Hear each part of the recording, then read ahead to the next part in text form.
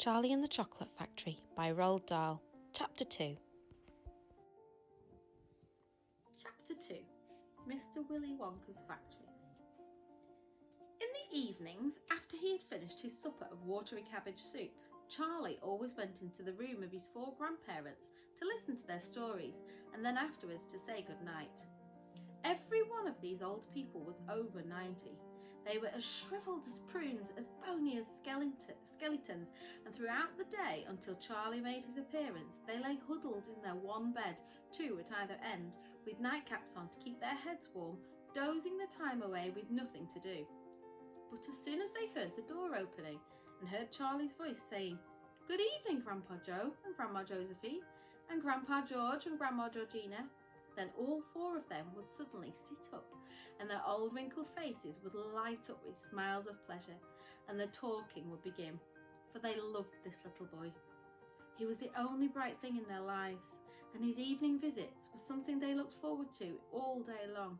Often Charlie's mother and father would come in as well and stand by the door, listening to the stories that the old people told, and thus, for perhaps half an hour every night, this room would become a happy place, and the whole family would forget that it was hungry and poor. One evening, when Charlie went in to see his grandparents, he said to them, "Is it really true that Wonka's Chocolate Factory is the biggest in the world?"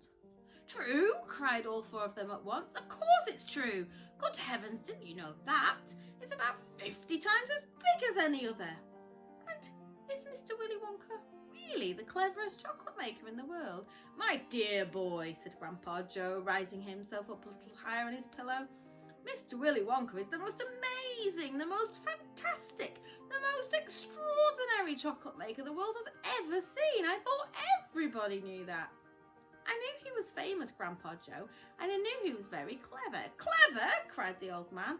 "He's more than that. He's a magician with chocolate. He can make anything he wants. Isn't that a fact, my dears?" The other 3 old people nodded their heads slowly up and down and said, "Absolutely true, just as true as can be."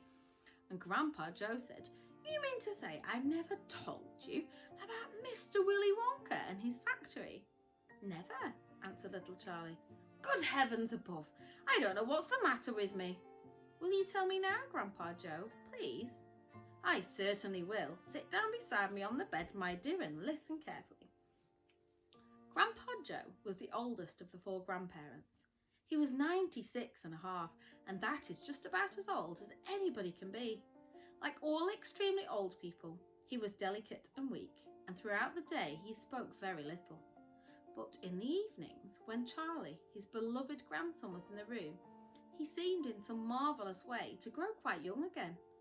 All his tiredness fell away from him, and he became as eager and excited as a young boy. "Oh, what a man he is, this Mr. Willy Wonka," cried Grandpa Joe. "Did you know, for example, that he has himself invented more than 200 new kinds of chocolate bars, each with a different centre, each far sweeter and creamier and more delicious than anything the other chocolate factories can make?" "Perfectly true," cried Grandma Josephine. "And he sends them to all the 4 corners of the earth. Isn't that so, Grandpa Joe?" "It is, my dear, it is. And to all the kings and presidents of the world as well. But it isn't only chocolate bars that he makes. Oh dear me, no. He has some really fantastic inventions up his sleeve, Mr. Wonka has. Did you know that he's invented a way of making chocolate ice cream so that it stays cold for hours and hours without being in the refrigerator? You can even leave it lying in the sun all morning on a hot day and it won't go runny." "But that's impossible," said little Charlie, staring at his grandfather. "Of course it's impossible," cried Grandpa Joe. "It's completely absurd. But Mr. Willy Wonka has done it." "Quite right," the others agreed, nodding their heads. "Mr. Wonka has done it." "And then again," Grandpa Joe went on, speaking very slowly now so that Charlie wouldn't miss a word, "Mr. Willy Wonka can make marshmallows that taste of violets, and rich caramels that change colour every 10 seconds as you suck them, and little feathery sweets that melt away deliciously the moment you put them between your lips.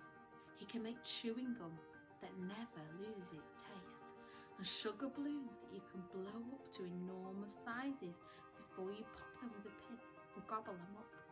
And by a most secret method, he can make lovely bluebirds' eggs with black spots on them. And when you put one of these in your mouth, it gradually gets smaller and smaller until suddenly there is nothing left except a tiny little pink sugary baby bird sitting on the tip of your tongue. Grandpa Joe paused and ran the point of his tongue slowly over his lips. "It makes my mouth water just thinking about it," he said. Mine too," said little Charlie, "but please go on." While they were talking, Mr. and Mrs. Bucket, Charlie's mother and father, had come quietly into the room, and now both were standing just inside the door listening. "Tell Charlie about that crazy Indian prince," said Grandma Josephine. "He'd like to hear that." "You mean Prince Pondicherry?" said Grandpa Joe, and he began chuckling with laughter. "Completely dotty," said Grandpa George. "But very rich," said Grandma Georgina. "What did he do?" asked Charlie eagerly. "Listen," said Grandpa Joe, "and I'll tell you." See you tomorrow for chapter 3.